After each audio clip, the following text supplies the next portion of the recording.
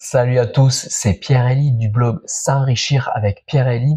Aujourd'hui, je vais vous parler d'une galère que tous les propriétaires redoutent mais dont peu n'osent parler. Il s'agit des impayés et de la dégradation d'un logement par les locataires. Alors ça m'arrive justement en ce moment.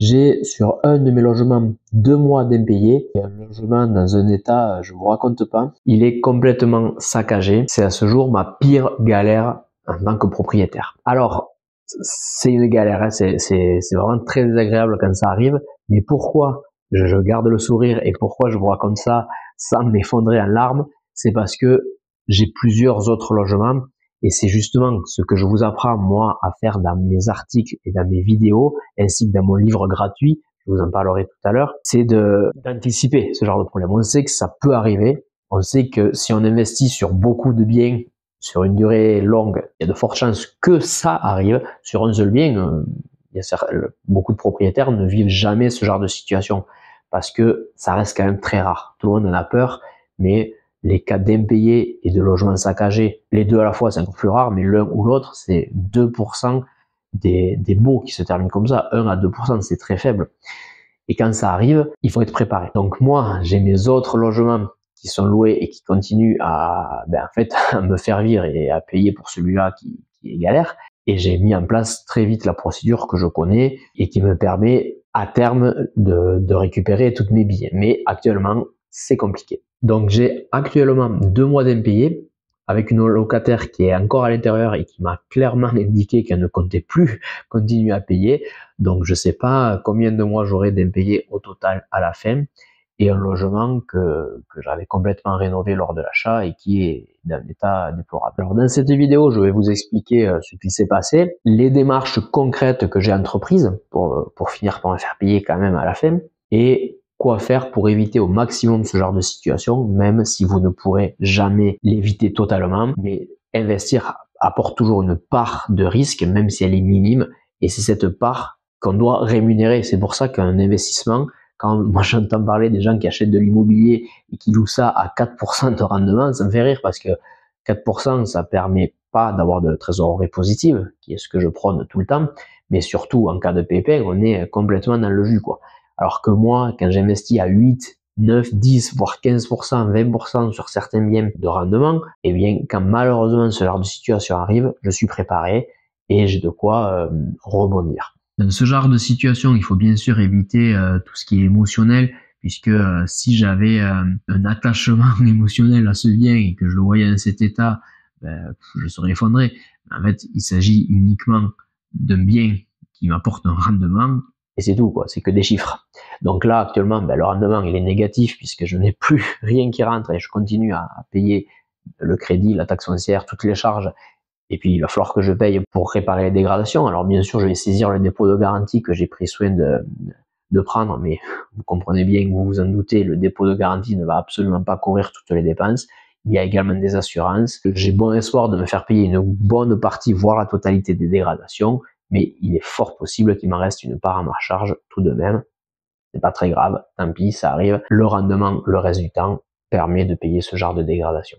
Alors, si vous investissez déjà ou que vous souhaitez vous lancer, cette vidéo ne sert surtout pas à vous faire peur et à vous dissuader de le faire. Il faut bien sûr continuer dans cette voie parce que c'est uniquement comme ça que vous pourrez être un jour libre, mais vous devez absolument la regarder et la regarder jusqu'au bout pour savoir quoi faire le jour où ça vous arrivera. Avant de commencer, donc j'en parlais en introduction, je vous encourage à demander mon livre gratuit que je vous offre en cliquant sur le lien qui est dans la description et dans le premier commentaire.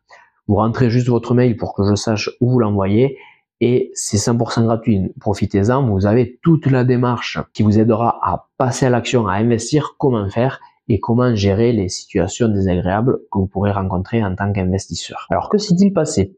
J'ai acheté ce bien immobilier il y a un peu plus d'un an, en avril 2024, et la locataire était déjà à l'intérieur. Donc, lors de mes visites, quand j'ai acheté, j'avais bien vu que déjà, elle n'était pas ultra clean, mais c'était pas très grave. Déjà, elle n'était pas impayée avec les anciens propriétaires. Et bon, il y avait un dépôt de garantie conséquent. Je me suis dit, le logement est rentable, allons-y. J'ai acheté moins cher que le prix du marché. Le rendement était pas loin de 10% brut, ce qui fait entre 7 et 8% net sur un logement loué à l'année, c'est intéressant. Et en plus, il est ultra bien placé en termes géographiques, ce qui fait que le jour où elle partira, donc là, bientôt j'espère, du coup maintenant, je pourrais, si j'en ai envie, et c'est certainement ce que je vais faire, le louer en courte durée, parce qu'il est dans une zone très intéressante au niveau touristique. Donc la locataire était en place, elle était déjà pas ultra soigneuse, le logement avait été déjà dégradé, donc moi à l'achat j'ai fait quelques rénovations, j'ai pas pu tout refaire à neuf puisqu'elle était dans l'intérieur, mais j'avais déjà rénové un petit peu pour faire en sorte que ce soit plus agréable pour elle pour vivre dedans, même si c'était elle qui l'avait dégradé. Et j'ai pris soin de lui faire re-signer un nouveau bail, ça c'est important parce qu'avec le bail déjà en cours, je ne pouvais pas prendre de garantie Visale. Alors il y a plusieurs choses que vous pouvez faire et que je vous encourage à faire, c'est pour vous protéger de prendre soit une garantie loyer impayé, soit une garantie Visale. Alors la garantie loyer impayé est proposée par tous les assureurs, et même la plupart des banquiers, puisque les banquiers sont maintenant devenus assureurs. Cette garantie est payante, alors c'est assez faible, ça fait un coût de l'ordre de 2-3% du loyer. C'est pas énorme, mais ça fait un coût supplémentaire à prendre en compte. Donc si le logement est super rentable, ben, pourquoi pas, et le jour où vous en aurez besoin, vous serez bien content de l'avoir prise. Par contre, si votre locataire a moins de 30 ans, il est possible de prendre la garantie Visale, qui est un peu un équivalent d'une garantie impayée, c'est proposé par Action Logement, et c'est gratuit, c'est ça le gros avantage. Donc j'ai fait ça, sauf que pour faire ça, il faut que le bail ne soit pas en cours, ou vienne juste d'être signé, je sais plus le délai, mais c'est soit juste avant la signature du bail, soit il y a un délai peut-être de 1 mois après la signature du bail pour souscrire. Moi, comme le bail était déjà en cours depuis un petit moment, je ne pouvais pas. Donc ce que j'ai fait, c'est que j'ai demandé à la locataire, elle n'est pas obligée d'accepter bien entendu, moi elle avait accepté, de re-signer un nouveau bail au même loyer, même conditions, tout pareil, j'ai même copié-collé son ancien bail, mais ça permettait de repartir à zéro en termes de la date pour prendre une garantie Visale. Ça n'a aucun coût ni pour elle ni pour moi, c'est pour ça que je lui ai proposé et c'est pour ça qu'elle a accepté, parce que ça ne changeait rien pour elle et ça me couvrait. Donc faites-le et respectez bien au carré la procédure de garantie Visale qui est donnée quand on s'inscrit, ils vous disent exactement quoi faire le jour où il y a des impayés ou des dégradations. Il faut bien le respecter parce que sinon vous ne serez jamais payé. Donc jusqu'au mois de mars 2025 inclus, elle a payé son loyer sans retard, sans rien, elle est payée.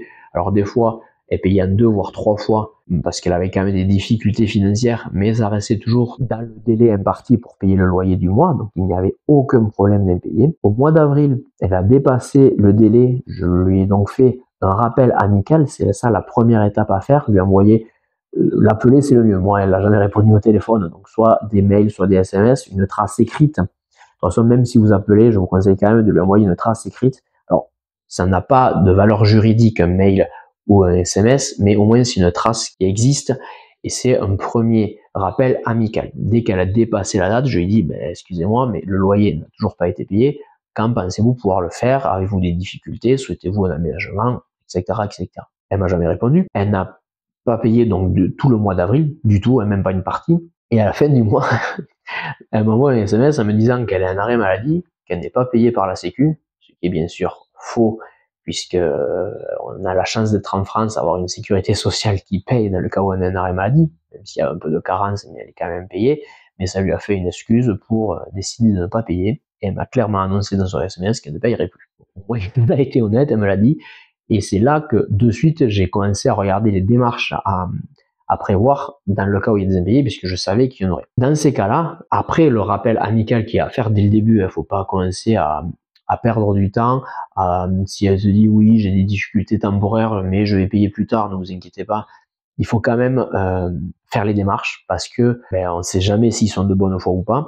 Même s'ils sont de bonne foi, peut-être qu'en fait ils pourront pas payer tout simplement. Donc il faut que vous vous protégiez en faisant les démarches en temps et en heure. Donc la première étape, un rappel amical, et la deuxième étape, je lui ai envoyé une lettre recommandée avec accusé de réception de mise en demeure de payer sous 8 parce que pour pouvoir faire marcher la garantie Visale ou une garantie loyer impayé, n'importe laquelle, c'est le même principe, il faudra ce courrier pour justifier que vous avez vous-même entrepris la démarche pour vous faire payer avant. Sinon, si vous n'avez pas entrepris la démarche, c'est pas eux qui vont le faire. Donc, envoyez un courrier recommandé, il existe des modèles sur Internet, il y a pas besoin de grand-chose, vous regardez au niveau légal qu'est-ce qui est nécessaire comme information minimum, et vous mettez ça, et vous envoyez ça en recommandé. Donc globalement, vous rappelez le montant qui est dû, le délai de paiement qui était prévu et les conséquences légales en cas d'impayé. C'est à peu près tout ce qu'il faut, mais vérifiez bien le modèle qui existe sur Internet. Ce courrier n'est jamais allé le récupérer, donc je n'ai pas reçu l'accusé de réception, tout simplement, parce qu'elle savait ce qu'il y avait dedans, ou peut-être parce que en fait elle est déjà plus dans le logement, même si elle m'a pas fait de départ officiel, j'ai pas reçu de préavis de départ. Donc la troisième étape, c'est de déclencher l'impayé au niveau de la garantie visale ou de la garantie loyer impayé, GLI, si vous avez souscrit à une GLI. Ça c'est important, et de le faire dans les bons délais. Alors pour la garantie visale, il fallait attendre d'avoir au moins un deuxième impayé, c'est-à-dire à partir du deuxième mois d'impayé. Donc moi c'était le mois de mai, puisqu'elle n'a pas payé du tout en avril, elle n'a pas payé du tout au mois de mai, pour l'instant en tout cas, mais ça n'arrivera pas puisqu'elle m'a dit qu'elle ne le ferait pas. Donc dès que la date inscrite dans le bail pour le paiement du loyer est dépassée, dès le lendemain, il faut absolument déclencher la procédure. C'est ce que j'ai fait, là je suis en cours actuellement. Il demande tout un tas de documents, c'est bienvenu en France, c'est pas pour ces compagnies. Mais une fois que vous avez fait ça, là j'en suis en cours, donc je ne sais pas ce qui va se passer ensuite, je vous dirai, je vous tiendrai au courant, je vous ferai un petit update dans une prochaine vidéo. Mais normalement, la procédure suit son cours, eux ils vont chercher à récupérer les fonds auprès de la locataire. Bon, si elle n'a pas de revenus, ils vont pas y arriver. Mais dans tous les cas, ils me payent. Alors il y a un certain délai, je vous dirai combien exactement, mais ils me payent moi avant de récupérer les fonds. Ce qui permet, au lieu que ce soit moi qui gère le risque, ben ça devient la garantie. Moi c'est moi, je suis payé, et après c'est la garantie qui cherche à recouvrir les fonds. Si c'était tout, ce serait déjà pas mal. Mais en plus de ça, lors de ma dernière visite, j'ai découvert un logement très dégradé, des trous dans les murs et des trous immenses dans les murs, dans tous les murs, un lino arraché. J'avais une petite terrasse intérieure avec une pelouse synthétique. Son chien a tout défoncé, il n'y a plus rien, il n'y a que des gravillons.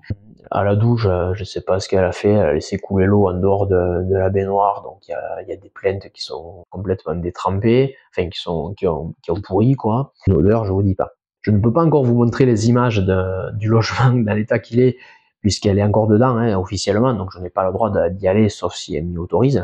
Quand j'y suis allé, j'aurais dû, mais bon, elle était à côté, j'allais pas prendre des photos qu'elle était à côté, mais quand elle sera partie du logement, que j'aurai récupéré les clés et l'autorisation d'accéder, je vous prendrai tous en photo et je vous ferai un petit update. Dans la prochaine vidéo, je vous montrerai l'état, mais vous allez voir, c'est assez, faut avoir le cœur bien accroché. Alors, si tu hallucines en regardant cette vidéo, n'hésite pas à liker, à t'abonner, parce que je fais aussi des vidéos plus joyeuses, donc ça te permettra de voir les bons côtés, mais tout le monde les montre, les bons côtés de l'investissement. Donc en regardant mes vidéos, tu pourras voir les bons côtés et comment mettre en place des investissements. Mais il me tenait à cœur de te montrer aussi les mauvais côtés, qui sont certes rares, mais qui peuvent arriver et il vaut mieux être préparé. Et n'hésite pas à partager cette vidéo à ton entourage. Si tu connais quelqu'un qui est dans la même situation que moi, envoie-lui la vidéo, il verra qu'il n'est pas tout seul, ça pourra peut-être le rassurer. Peut-être que ça lui donnera aussi les démarches à entreprendre s'il est un peu perdu. Et puis, si tu connais d'autres investisseurs qui n'ont pas encore vécu ça, envoie-leur quand même la vidéo, tu verras, ils te remercieront parce que le jour où ça leur arrivera, ils seront très contents de savoir que ma vidéo existe et que je leur indique exactement quoi faire étape par étape. Alors, qu'est-ce que ça m'apprend? Puisqu'à chaque fois qu'il y a des échecs, j'essaie d'en tirer des enseignements, ça m'apprend qu'il faut être très rigoureux sur la sélection des locataires. Je le savais déjà, mais ça confirme que c'est ultra important. Celle-là, je ne l'ai pas choisie, elle était déjà en place, mais quand vous choisissez vos locataires, soyez ultra rigoureux sur le dossier.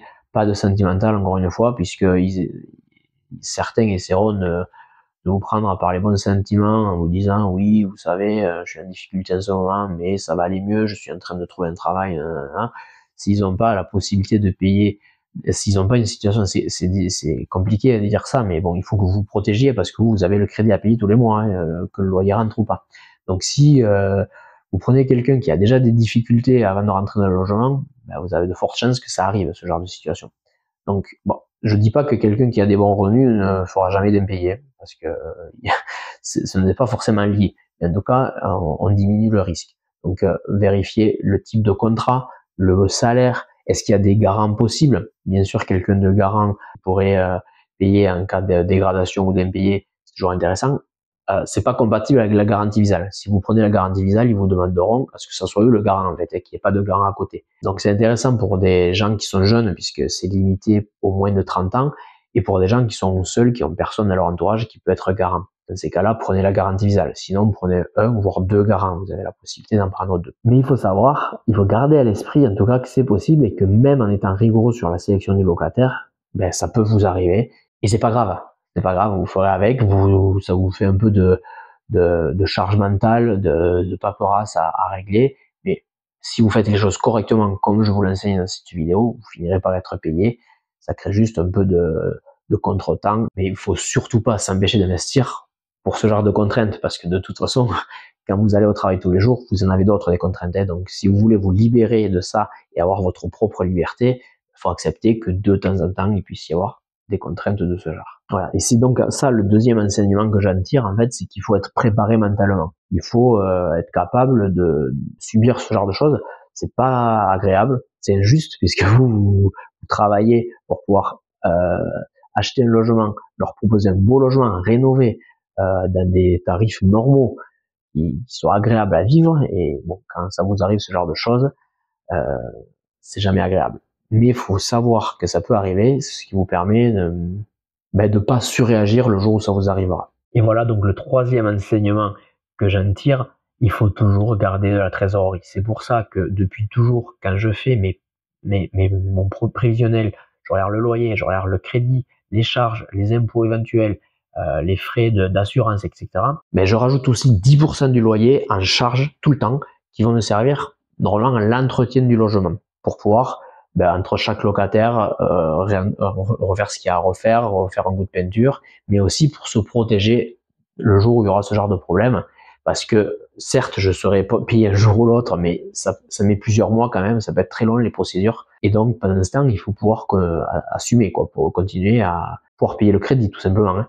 Donc il faut avoir une trésorerie suffisante, et cette trésorerie se crée petit à petit en ayant une trésorerie positive, hein, parce qu'on m'a souvent dit mais c'est pas grave, c'est une trésorerie négative, ça te permet de rembourser plus vite, je sais pas quoi. Alors déjà, vous êtes plus rapidement bloqué par la banque, et en plus, le jour où ça arrive, ce genre de situation, vous êtes démuni complètement, vous avez rien de côté, et en plus, tous les mois, vous sortez plus d'argent que ce que vous en gagnez avec le loyer, c'est foutu, quoi. Donc, il faut absolument avoir cette trésorerie positive que je prône dans tous mes articles, dans toutes mes vidéos. Il faut absolument que le loyer couvre plus que les charges, que le crédit, que tout ça, qu'il vous reste un excédent. Et en plus, pour prendre une sécurité supplémentaire, moi, ce que je fais, c'est que dans les charges, je rajoute un forfait qui n'est pas réel, hein, puisque le jour, tant que j'ai pas de problème et que j'ai rien à entretenir, ça me fait un cash flow plus important encore.